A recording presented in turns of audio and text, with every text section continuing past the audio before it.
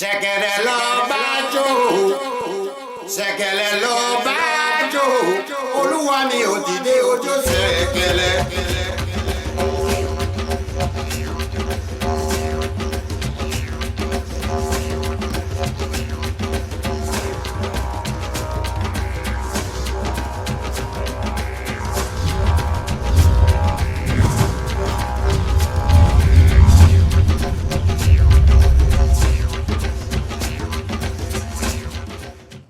Welcome, everyone, to Theoryforge Chronicles.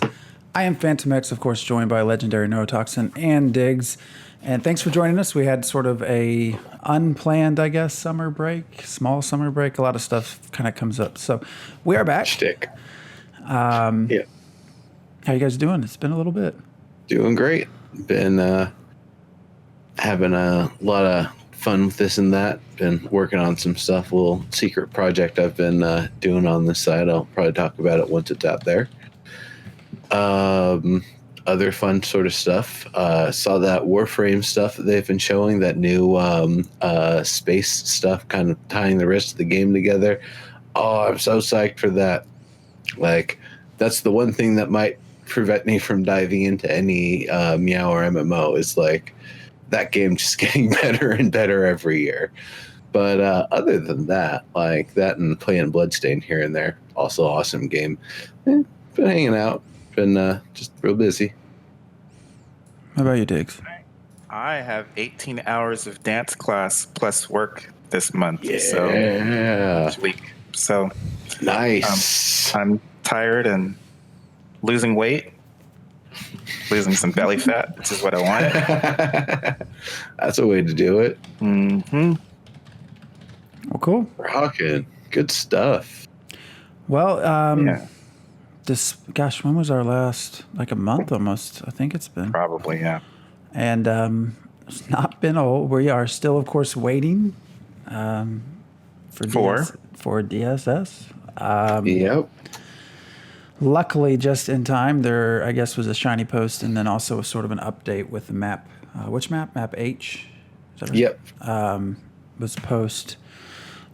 So we have a little bit to talk about. Not a lot, considering how long it's been. But so I guess we can just start with the map. I mean, that's so since there's already a question in chat, I'm just trolling. The end of the road is not meant to be anything negative. It's just that the last post indicated we are almost there. Our next show won't be for probably 3 weeks, so we are expecting in that time, if we are almost there, that we will be talking about the actual selection. So thus the end of the road is near. So anyways, so map H. What do you think? A lot of work has clearly gone into that. Yes. And it keeps coming up. They keep using it as the one that they like. And I keep seeing it's like, damn it, we could have had it. People were fools. Well, generally, Chasing the big picture when they couldn't have seen the bigger picture, I guess. So what is it about map H that people are liking so much now? I think now we're actually seeing stuff about it, and people are realizing, holy crap, this would have actually been a really awesome map. But if we see more details on the others, why wouldn't we have the same reaction? No reason, but this is what people are seeing, and they see something shiny and they're attracted to it. So, it's, hey, we just released Blue Raspberry. Oh my God, everything's Blue Raspberry. It's 1990. Was that like 1990 or something when that flavor came out? Mm-hmm. Yeah, all the rage. So, that's what they're showing us. That's what we're tasting. That's what we're seeing. Mm-hmm. It's fine that everybody's excited about it, and I don't mind if they resent decisions or regret or talk crap about the other maps or anything, because none of the details are really in for any of those, so it's really hard to say anything about them. Mm-hmm. I think it's more that they'll be pleasantly surprised when the details are revealed and they say, oh, actually, it's all pretty cool. You were noticing these blue squares that you think I think they're swimming pools. What do you think they are? I say they're ocean level bits of water. If anybody wants to bring up the large zoom in version of the shiny map H that we saw, was it from the shiny or was it from the Friday thing? I think it was from the Friday thing, actually. Oh, okay. If you go to the I second can see it on biome, the shiny, but yeah, from the second biome from the top along the left, you'll see in the mountain ranges and all here and there, there's these blue dots everywhere. And at first I was thinking, oh no, somebody forgot to deselect some sort of layer in Illustrator or something, and those are a bunch of vector dots. But I kind of looked closer and actually, more importantly, looked over at the coastline and realized, oh, those are actually water, like ocean water colored dots. but why they are kinda? They look a little bit lighter than that to me. But what? Because down below there's some smaller. I just can't imagine why it would look like that. And there's little bits like that I've seen here and there, which is why I was otherwise thinking, are they artifacts, or is it little bits of coast, or is that actually like a water depth indicator of sorts? That once water is this low, it's considered ocean level. That's something that would be great to be able to get clarification on. Yeah, it's kind of interesting. I definitely wish we could zoom in closer to see what those actually are. Because it could be water, but it seems like, right? Like when we go down to the bottom, where there's lots of little bits of water, like I don't know what it is, swamp or something like that. It like we've got other tiny pieces of water that aren't just a square. It's a little interesting. And we don't have any squares in that area. And the other thing that's weird about it made me think it was either an artifact or some sort of.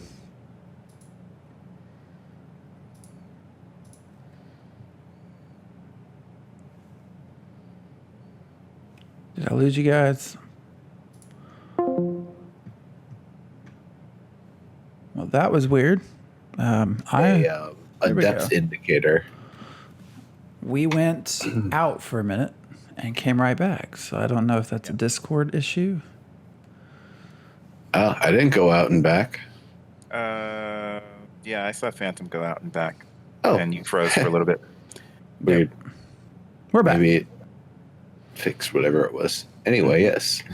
Well, OBS is not dropping frames. So. Yeah, so if we scroll lower to the bottom where there's all that swampy area, there's like areas that look like they're pieces of water, and then these other things. I mean, I guess it has to be water, but it's just weirdly shaped. Yeah, and that's again, I think it might have been something with the way it's rendered that they anticipated for the smoothness of the water lines for inland water, but they didn't really fix it up for either coastal water or I gotcha. water that's at a certain depth. So instead of having gotcha. nice clean edges, we just get the crap version. That's fine. Okay. The water seems, while we're talking about water, like where it's at just seems strangely dispersed to me. I don't know. I don't study maps, but it's just sort of strange almost how uniform, not that the individual lakes or whatever you want to call them are the same, but how evenly distributed things seem in certain areas. Yeah. Well, I mean, the whole part of the algorithm is making sure that resources would be fairly evenly distributed in sorts, not equally distributed, but evenly distributed. Yeah, so, no, I get it. And you need, you're going to need ways for players to thrive and whatnot. It just seems sort of unnatural is not, I guess, a good word since this is a virtual world, but just seems unnatural. Yeah. Like at the south, kind of middle south, right where the desert meets, there's that mountain range right there at the end. Yeah. And it's just sort of has all these lakes in that mountain range. That just seems weird.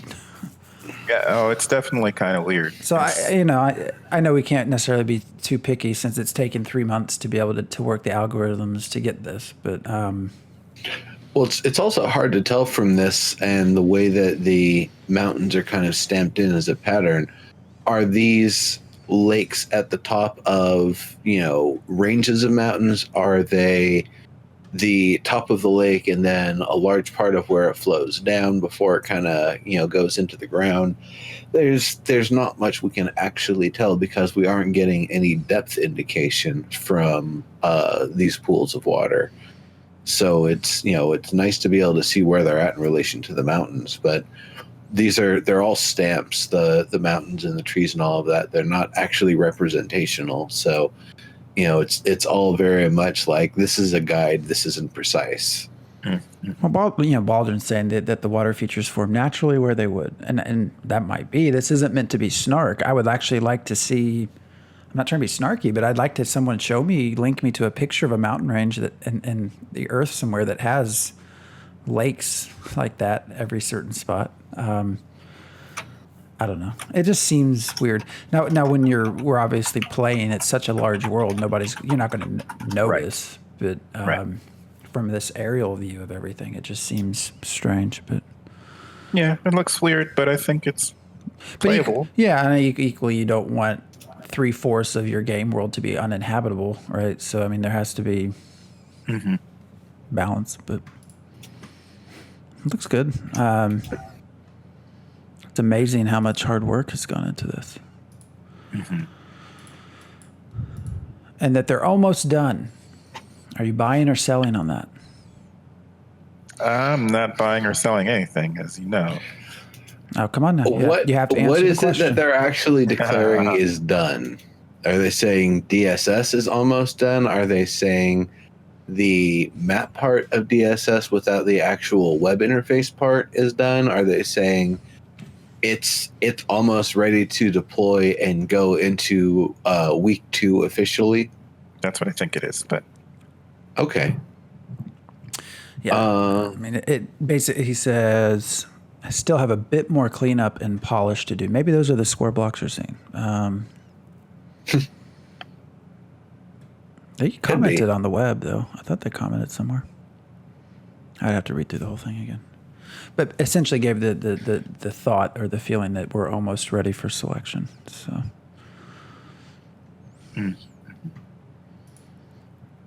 Okay. All right.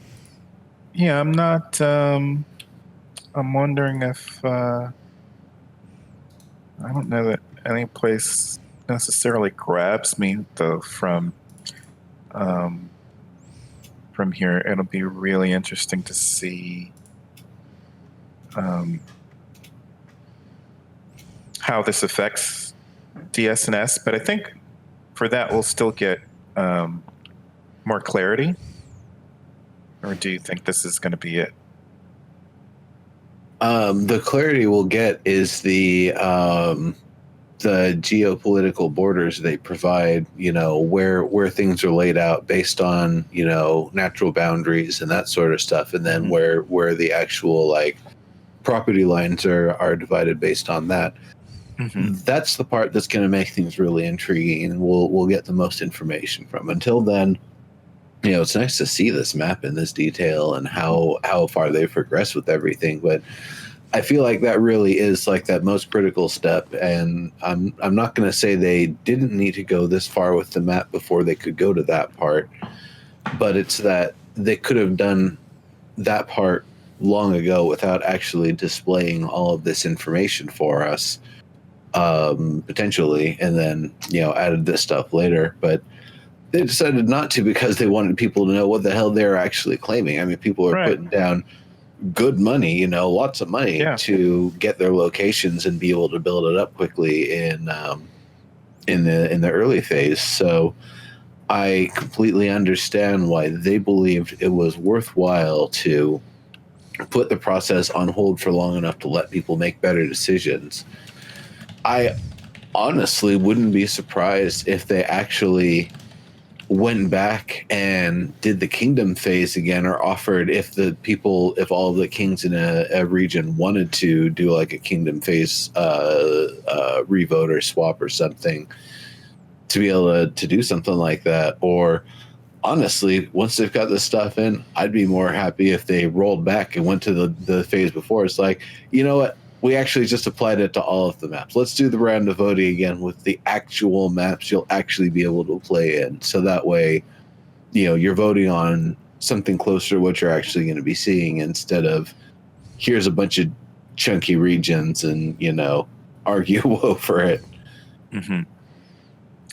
Yeah, because I think this area that's like very mountainous, like that could make a difference if you're trying to figure out where you're gonna have communities and build castles and stuff. You're gonna. That's an interesting difficulty or conundrum. He had mentioned in the post too that this idea of wanting the world to still be discoverable, not wanting to give too much away, because you do want players to discover new things, and I kind of that alludes to Snipe's post about stumbling upon something he didn't know exists. Now that's sort of on a micro level, but on a more macro level, this idea of not wanting players to be surprised and excited, but at the same time they need to know what they're going to select, and they've put money into this. It's like that balance is interesting, and I assume pretty difficult to maintain. Now, in this, there were no roads, no settlements, because that, I think he said, is managed through the web portion, correct? So when we there's no roads till they're laid out by the people who bought the resources for them. Right. Now, we'll have more detailed information, though, correct? So we'll actually, not just the picture, but sort of percentages and resources and things like that once we're selecting. I think so, yeah. Yeah. But that's just an interesting problem to have.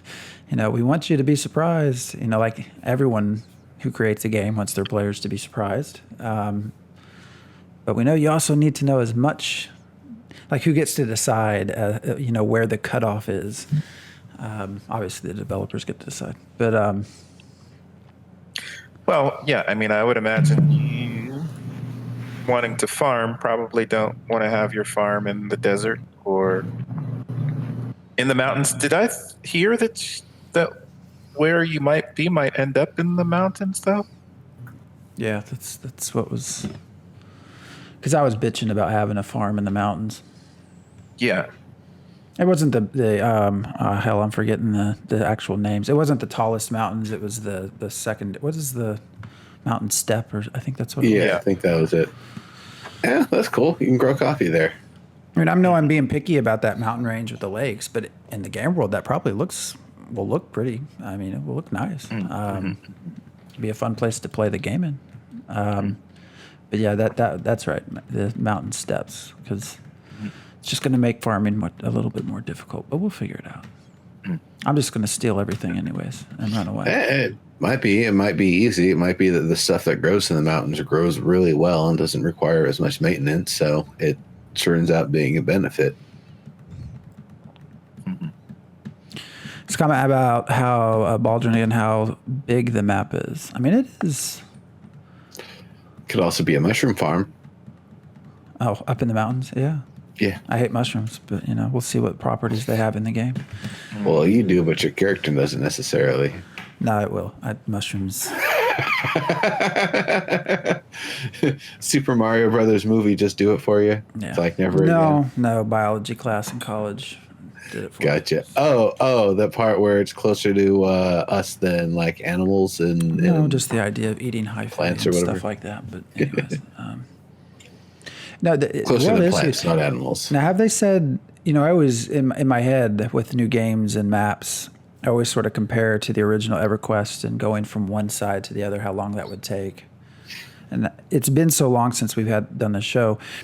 I'm forgetting a lot of things. So have they said how, like, the distance-wise to travel from the tip, north, not that there's a pole necessarily, but North Pole to South Pole?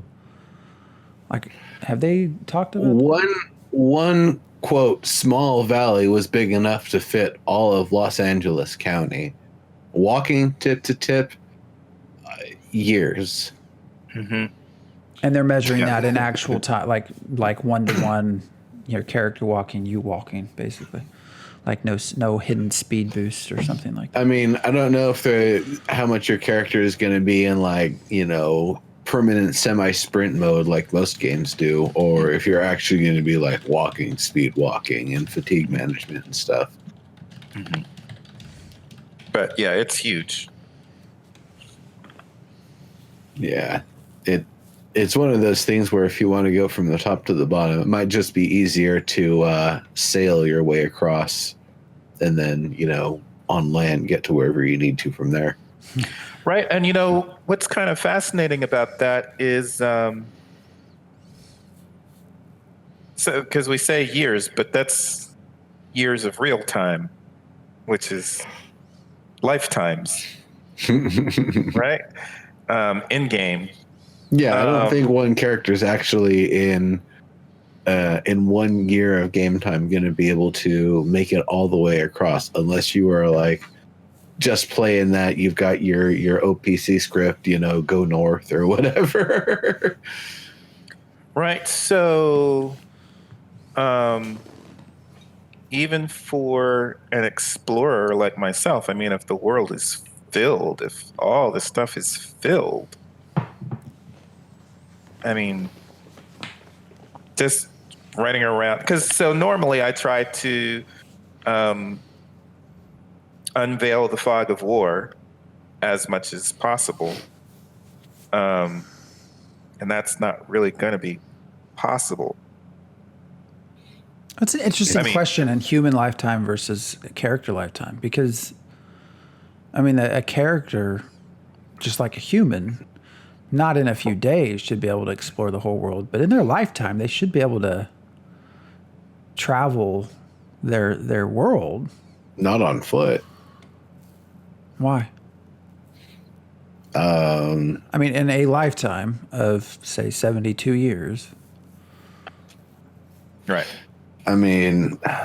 Yeah, we know the speed of walking and the speed of living is not going to be... What do we mean exactly explore the world? As in, like, draw a straight line through every country or something? Or...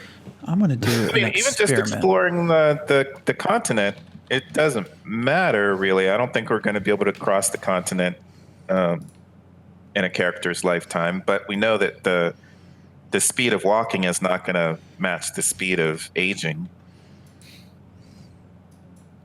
I'm going to do something. Y'all keep talking. I'm going to see if I can do something here. He's doing math, folks.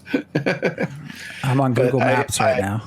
I have to imagine the prevalence and availability of faster travel methods, that is, horses and other sorts of animals to kind of allow you to go faster, take part of the burden, wagons and carriages and that sort of stuff. I would imagine there is going to be some amount of people getting around because, for example, if a parcel, a gift from, some meeting at some point is supposed to make its way all the way down from the north to the south, someone's got to make that journey, and they're not doing it on foot. Again, I bring up the boat, but if boat's not means that they can use, then it's going to be on horses and such. Mm-hmm. It's going to be a lot faster than walking for sure. Mm-hmm. Mm-hmm. Let's see. Horse goes, 30, 35 miles an hour sustained, walking 5 if you're going fast. Yeah, I mean, that's going to be really interesting to see how we're, we want to have a war or we want to have trade, how quickly we cover all of that stuff. So I'm being super picky here, and it's just because I can. So I just, from where I live, which is in Middle Tennessee, went to Google Maps, did from directions from here to Anchorage, Alaska. And using a bicycle, which in this game should conceivably be able to be created. Maybe not going to have cars, but you should be able to create the equivalent, at least, of a bicycle. Right? I would assume. That's a pretty low-tech item. Yes, but they're going to be for little teeny folks. I could get from here to Anchorage on a bicycle in 15 days. Okay. Walking, it can't calculate walking. Walking, they say good luck. Bicycle, though. And I think that's a fair, because I do think that is you're going That's a fair to know that comparison, you're going to have sure. the wheel because you're going to have carts and things like that. So we know that's been discovered. I'm kind of pissed that it won't do the walking distance, but okay. I mean, you use some combination of wheel technology and mill technology, and you can kind of make something that gives you mechanical advantage and goes when you pedal it. But makes sense. I guess my point just being is it seems extreme that you would create a scenario where your character in its lifetime couldn't travel a fair amount of the continent, the world, whatever you want to call it. It's a huge freaking world, though. It's a huge world, and then you're gonna have environmental obstacles. You're gonna have mobs. You're gonna have. I'm not saying it would be easy. I'm just saying that it seems to me like it's something I shouldn't have to go through 2 generations to get from the north down to the south. I mean, depends on the obstacles in your way. I mean, you're just talking straight walking, but you've got to rest. You've got inclement weather. All kinds of obstacles could be stopping you, which is why most people didn't stray too far from where they lived until relatively recently. Yeah, but those who didn't take their grandkids to end up making it there. I mean, the other issue with trying to do things on foot is the logistical issue of how much can you actually carry with you versus how much do you need to sustain yourself from point A to point B. How long do you need to spend managing survival versus if I've got a horse and I know I can get that horse from this town to the next town, I don't have to worry terribly about like bringing 2 weeks worth of meals and rations where I'm going to be eating and pooping nuts and berries. And instead, I'm going to get on the horse, get to my next destination, and, start settling things from there. So that's the other big thing is I don't know how much the logistics and weight and carrying things is actually going to be a factor for long distance travel. So it did let me put in from Middle Tennessee to Vancouver. And that would be walking that would be, it's 2,413 miles and it'd take 33 days. Yeah, well, it took Lewis and Clark 2 years to cross from Pennsylvania to the Pacific. So, yeah, I don't know. Not a lifetime. It's being picky. It's just that's Google Maps too. That's brutal, relentless, like no stopping. Someone is dragging you for 8 hours.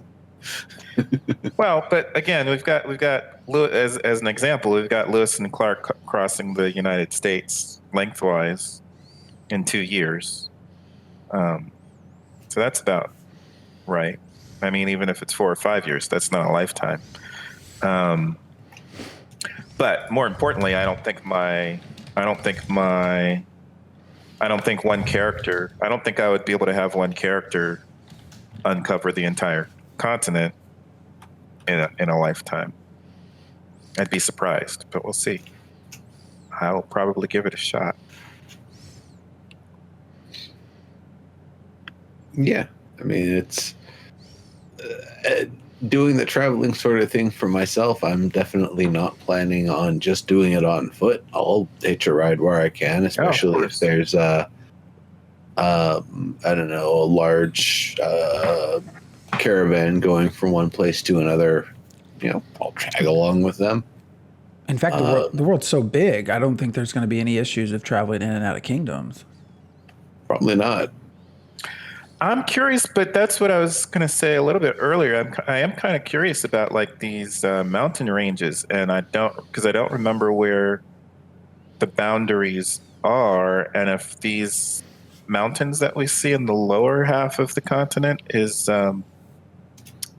indicative of kingdom boundaries. Yeah, it's along 1, 2 of the kingdoms, I think. Mm-hmm. And no, that was definitely not represented in the maps we voted on. Not in the least bit.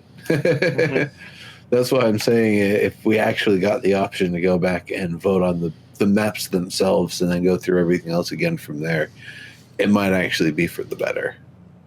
But in terms of all those people who seem to want to, well, I don't know.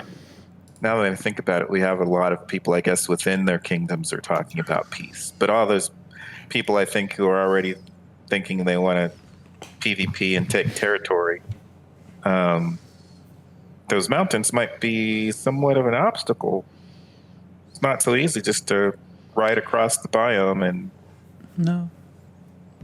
No, especially since I'm guessing it's descending down to the coast from the center there. So it might be that you have more of an advantage if you're going top down. Mm-hmm. In some ways, it seems like it'll be easy to take land, at least little chunks of land. But it'll be very hard to take big chunks of land. Little chunks for sure, because if there's so much area that people don't have eyes on a lot of areas most of the time, sure, you're there until someone kicks you out. But again, it's the idea of like being able to establish containment and starting to build up your own stuff within an area, unlicensed, unregulated. That's the thing that I'm kind of interested in when it comes to like going to some other place and just starting to build up. Mm-hmm. I'm sorry, but still, this world being so big and not being able to cross it in such a short... What's the point of having relationships with kingdoms that are further from you? Right. Like, yes, you're going to have a relationship with the bordering kingdom. Right. Because you're going to have citizens on that border. But what would even be the point to creating some sort of alliance with a group that it's going to take? Now, I guess again, cheating or not, if you want to call, I guess we've talked about this. I guess in real time, all it takes is a tweet or a text message to say, "Hey, we need help." So you don't necessarily have to say, "Okay, it's going to take 6 actual months to get a messenger up to this place to contact them." But even then, using real-time communication, the world being so big, I mean, what would be the point? It'd take a year, literally, for someone to move their stuff down to help you. That's if we're thinking horses and caravans, but we're thinking boats, so that's going to be one way. They did say, like, we could find recipes for gliders, so it could be that we'll be finding recipes for airships or balloons or other kinds of air travel as well. But we'll have to see. Yeah, there has to be something for trade. Because work. Getting resources from the north down to the south, it's got to not take lifetimes. Because I still think of this as, there's obviously the core group, which I think we belong to, of people who are very invested in this game and they're, would be willing to do things. Now, but that is not. That is, I mean, we do a show every week about it, or every other week. So, I mean, we're obviously invested beyond what a normal player would be invested into this game. So I'm trying to rationalize in my head the idea of someone who's just sort of a casual player coming in, trying to convince them as a king, I want you to spend 6 actual real months of your life coming with me up to the North Coast to fight for someone that you will have absolutely no interaction with the rest of your gameplay in life. Beyond the Why would it be 6 months? Use a boat. Even then, everybody's got coasts. Is there any kingdom that doesn't have? So how are you going to coast? navigate a boat? Say 2 weeks, right? You're going to have someone, I guess, have to be awake for 2 weeks, like trading off. You take the wheel, I'll take the wheel. Do people sail boats in real life? This is a game. We're not getting paid. I'm not getting paid to be the ship's captain. I'm just saying, you're going to have a hard time convincing casual players. Right, and to do what this. If they cheat it and you just go like 200 knots and you just go like super freaking fast in boats? Because then the response probably is, well, we don't need, this isn't a game for casual players. This is for hardcore. Well, no, you're gonna, it's the same as the other game we cover. I don't care about PvP. Oh, well, we'll just be PvPers. We don't need the PvEers. They can go play World of Warcraft. No, in order to have the game that you want, the change that you want, you're going to need that segment of players mixed in. You're going to have them. You just are, especially in a world so big. You're going to have that segment of players in your game. So I'm just trying to, it's neat to think it's such a big world, but then there's these other questions that start to come with, but how does that actually make it functional as a game? I mean, now here's a question. Would you prefer that people have to walk everywhere and it takes a long time, or would you prefer everyone to just like be able to up and Forrest Gump and just start running, and they just don't stop running? If my choice is running versus walking, give me a sprint function the entire way. I'm largely a high fantasy character. That's sort of where I fit most, and this is more low. So in a perfect world, someone would develop or find a way to port me somewhere. But I mean, that's a different type of game, I guess. So if we can have gliders, then hopefully somebody can find the recipe for those gliders. Yes. Sorry, there's kind of OPC. Yes, they can navigate the ship. That's sort of not my point, though. If having gliders means we can have airships, that would be a nice thing. But I am wondering, even with airships, I guess, especially with seafaring ships and the idea of casual players, what are we going to be doing that would be fun while we're on these ships? Especially, I mean, I think about that even with WoW. I don't know. Even with WoW, I want something more to do. Even if it's crafting or something, I want more to do than what's available, and that only takes like a minute or less than a minute to on those ships. But I'm wondering, Neuro, what was the game that you guys played, you and Snipe and Ombois? The ship-faring one? Oh, Sea of Thieves. Yeah, Sea of Thieves. Because I would imagine that there would be some design for manning stations on these ships, right? They want it to be somewhat realistic. They haven't talked about that, but I'm guessing. Sea of Thieves was ruthless. Like, they always let you only have one less person than you actually want to operate each individual ship.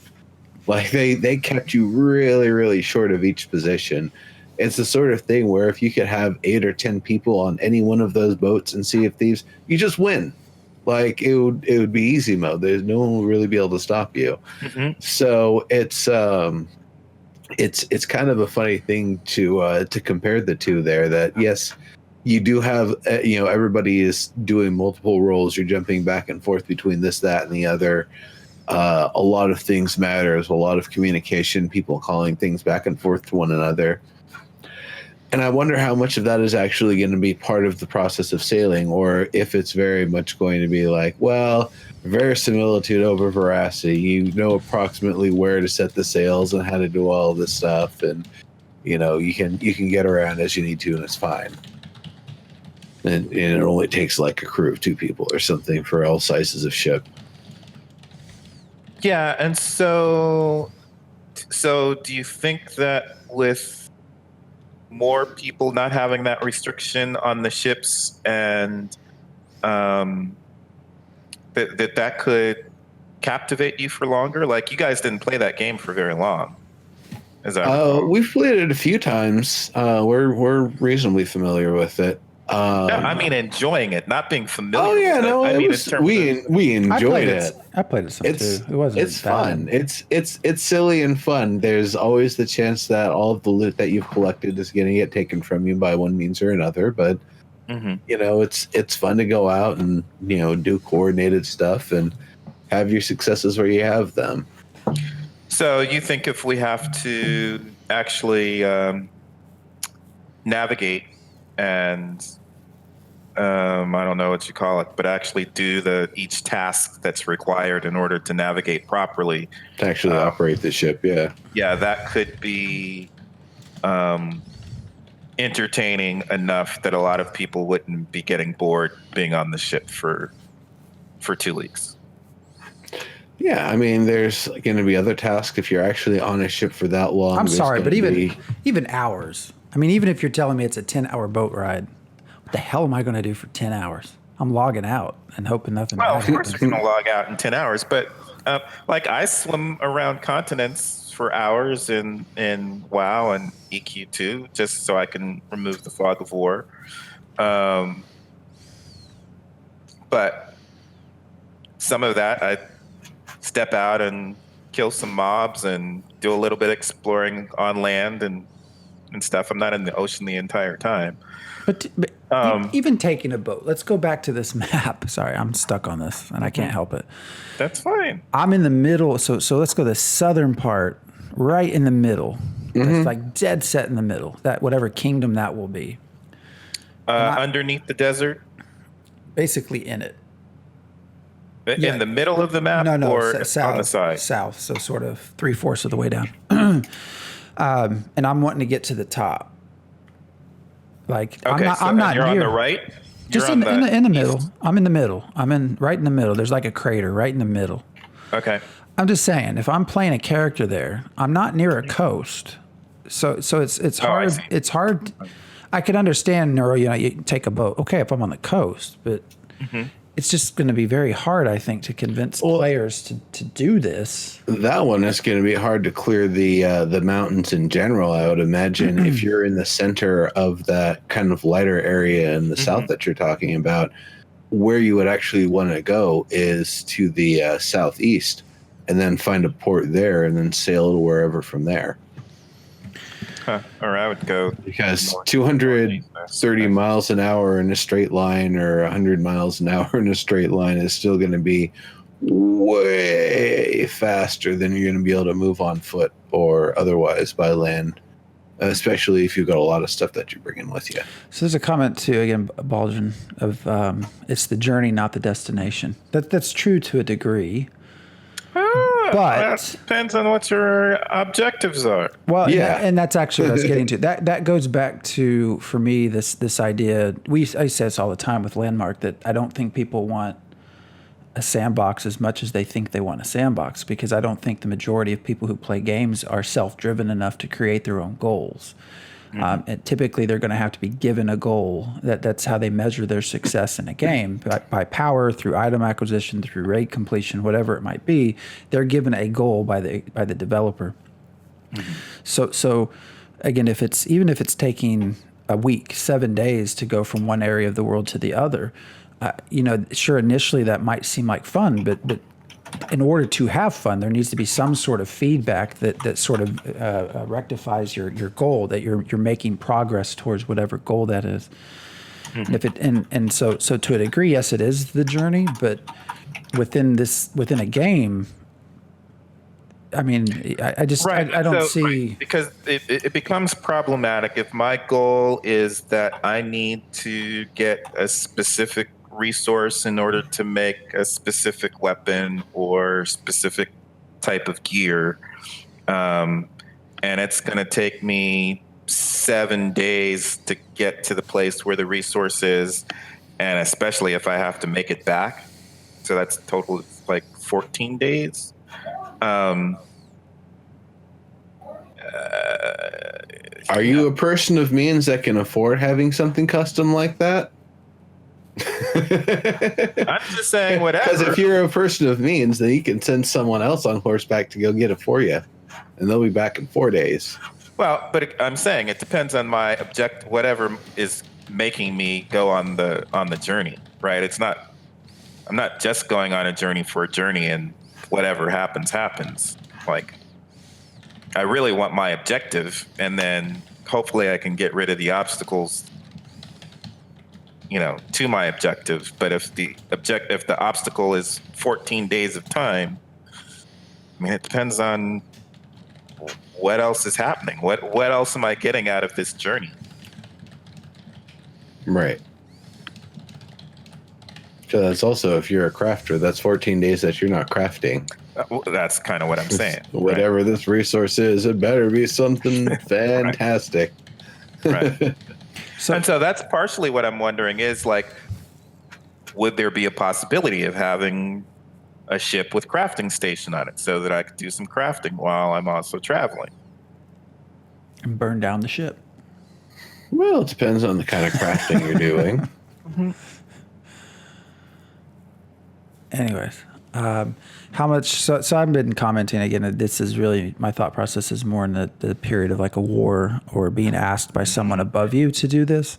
Because again, I don't think most people will stray that far from their home base when they're in a time of peace. How much land war was there between France and China? Which sort of it raises an interesting question. This is where I think you start to stir away from this isn't real world, this is a game world. I think there are definitely going to be players who, probably work at a local mall who are wanting to get into this game world and go wage war against somebody else. That will happen. So I don't think that you can necessarily equate the two. But that actually brings me to we're kind of running out of time. And there was something I wanted to kind of talk about, which is kind of tied. I was reading an article about Eve, and apparently, I always talk about how I cannot get into the game because I'm not a sci-fi person, but I love the stories that come out of Eve.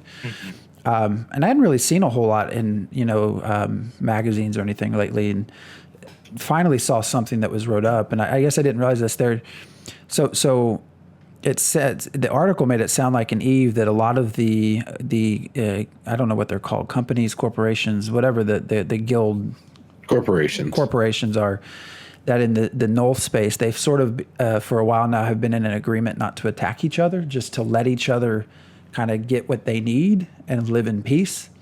And so in an effort to sort of combat this, I cannot, who the makers of Eve, whatever they're CCP. Yes, they are intentionally going to turn off communications. So a local chat will be disabled. Comms will go black. And they're intentionally doing that. And at least in the article I read, part of that was in order to try to stir up something to happen, because the world had sort of fallen into this, we'll just all live happily together. And we've talked about that sort of with Elyria and also to some extent with Ashes, as when we're in a game that is player-driven change, and that's a main selling point of the game is, that's cheating, honestly. A living, breathing. Which part? No, I'm not finished. So I'm not saying what CCP is doing is right, but my bigger point is how much does that happen? Do we fall into this? Well, it's not worth it to go to war. We'll just let each other exist in peace. What does that negatively affect the world over time? Does it not? Because we've talked about that, and I think it was at SOG. I think was convinced that would happen, right? That there won't be change because people are not going to be motivated to change. They're just going to let each other get what they need, and that will sort of be it. And Eve is sort of, I think, a really good test case for that. That there has always been sort of conflict associated with Eve, and now apparently there hasn't, and they're trying to stir it up to where there will be again. Yeah, I completely disagree with what CCP is doing. If the players have managed to agree and reach an equilibrium, you don't need to cause tensions to flare up by changing the system. That's, really kind of wretched, and they're just going to find ways to mod or make Discord happen to get around that. They'll find a way. You're wasting your time with that. But the thing is, if you really truly want there to be some sort of strife, some sort of thing, what they needed was to add something with a level of exclusivity so unique and so meaningful that people were actually willing to break the truce to fight over it. And that's not what they did, and that's terrible. What it should have been is, ancient blueprints for the super mega station that processes everything 10 times faster than everything else, and it's able to build motherships faster or help with building motherships faster or something. Yeah, people would fight over that. People would fight over that. As soon as somebody's got it, it might be a contest to see if they even get to keep it. But that's to just cut off communications like that. That's terrible. That's I would probably quit if I had been playing and been that invested. That's terrible. Right. EQ Next, and I think Ashes also inherits this from the EQ Next designers, had this concept of meaningful conflict. One of the examples that I loved from EQ Next that really had me stoked for PvP, and I'm a pacifist, so that's kind of unusual, was you have the Dark Elves. They are harvesting the Dryads, taking the life energy from that, transforming it into shadow energy. And shadow energy is one of the things that drives stealth. And I use stealth for exploration. So my response is, if I've got to kill some Dryads to get their life energy so that I can have better stealth, I'm going to have to kill some Dryads. And if there's some Druids who are protecting the Dryads and are telling me, hey, you got to stop doing that, I might have to kill some Druids because I need my stealth. And it's not that I want to fight the Druids, but if I have to get my stealth, I'm going to have to do that. What we learn later is that if you kill too many Dryads and take too much life energy from those woods, that breaks the shackles of the shadow demons, and they come out and start terrorizing the whole region, regardless of whether you're a dark elf or regular elf or whatever. And then you might have to band together in order to fight the common foe. That's the kind of conflict that I'd like to see coming up. And we have some of that in Ashes. And I would imagine we'll have some of that in Chronicles of Elyria too. If you have this group that is immune to disease and they might be spreading disease, you might have to get them out of your region if they're traveling through your region and inadvertently spreading disease. So as long as you have those types of conflicts, then and conflict for resources, PvP should happen. But is the world so large that you're not going to have a conflict for resources for literally like years? Well, again, we don't know what the travel is going to be like, so we do have to see. That was, to my understanding, why the game world ends in 10 real world years, is because we've exhausted most of the world's resources and things start to become unsustainable. I could be mistaken. That might just be one of the potential outcomes. But if it takes years for the world to lose resources to a point that it's becoming unsustainable, that doesn't help the idea of player-driven change, because there will be no reason to for years. And a game, I mean, you both know this. I mean, a game's life can be measured in years or less if it's not fun to play. So, that's true. Yeah, but we're building buildings. I mean, what's a resource? What kind of knowledge is there? What kind of knowledge is being lost? We just have to see. But what's at the core of every successful game? I'm not saying it's right or wrong. Well, not every, but most major successful games, combat is sort of the core. Conflict of some sort. Usually it's against non-player characters. Name me an MMORPG or Meow or something similar where that's not the case. Where crafting is the main focus, where exploration is the main focus. Because they always make the game loop about getting stronger and killing the next raid boss. I'm not saying that's a good. I'm not saying that's a good thing, but that clearly works, and that clearly works because that's what players like to play for the most part. Well, that was the easiest to design. Because I don't think that's necessarily the case with Dungeons and Dragons. I mean, combat is a major portion, but I mean, we spend sessions without engaging in combat. I mean, yeah, it's the dilation of time relative to danger is why combat is such a big deal in D&D. That your health and your armor and your skills for combat matter for the thing that's the most dangerous that can end the session. We don't think about the idea that your character as a crafter fails to secure some deals, gets ripped off, and then gets asked out of town and ends up going broke on the fringe of town or whatever. That that's the part of D&D that generally doesn't get emphasized as much. But we spend time, like we've used diplomacy to get around combat. We've used blowing shit up to get around having to partake in actual combat. So there could be other fun stuff to do, not just crafting, but crafting to blow some stuff up and then run away. That can be fun too. Yeah.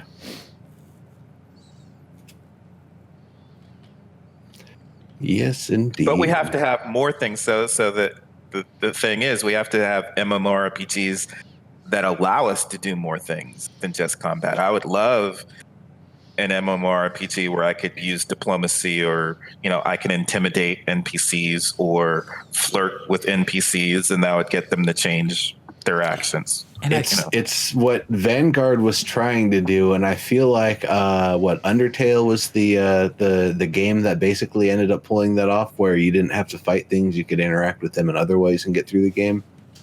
So I mean, it's not that it isn't potentially able to be done. It's not like it wouldn't be popular. It just hasn't been executed. It's probably hard to get investors behind a crafting first instead of a fighting first sort of thing. But I could be mistaken. I mean, I think of Dual Universe, and a lot of what Landmark was supposed to be was crafting first, that the objective was building. So it's not that there isn't interest. It's just it's been I don't think kind of hard to start and failure to launch a little bit. If Minecraft was an MMO, if it was marketed as an MMO and put out as one, it would have done pretty well that way too. Mm-hmm. Yeah. Cool. Was there anything else we wanted to talk about? I did want to touch on those pre-Elyria images, because as an explorer, that does have me stoked to see those ritual stones and the ritual sacrificing pit, whatever the names of those things were. Those were pretty cool. That does have me wanting to run around and explore some stuff. And at the entire world, I'd really love to know the depth of that. Not the depth, I mean, how often I can run into stuff like that. Right. How often, and then how unique and how varied are they? Will 3 different sacrifice pits all be completely different, differently arranged, differently weathered, different configurations, different relics to be able to discover from them? Information that ties one to the other, perhaps. That's all of real big interest to me, is seeing how that's all going to work, because we've seen big games where they'll tend to use a lot of the same assets over and over, and you kind of get bored after a while. It's like, all right, I've seen this cairn before, whatever. Is boring. I've seen this lodge in World of Warcraft before. Yes, exactly. That's why I laugh every time I see on Twitter people post, "Oh, look at this landscape, this new area. It looks so pretty." It's like they've changed the lighting. Otherwise, it looks the same. Yeah. And the zone transition still looks jagged.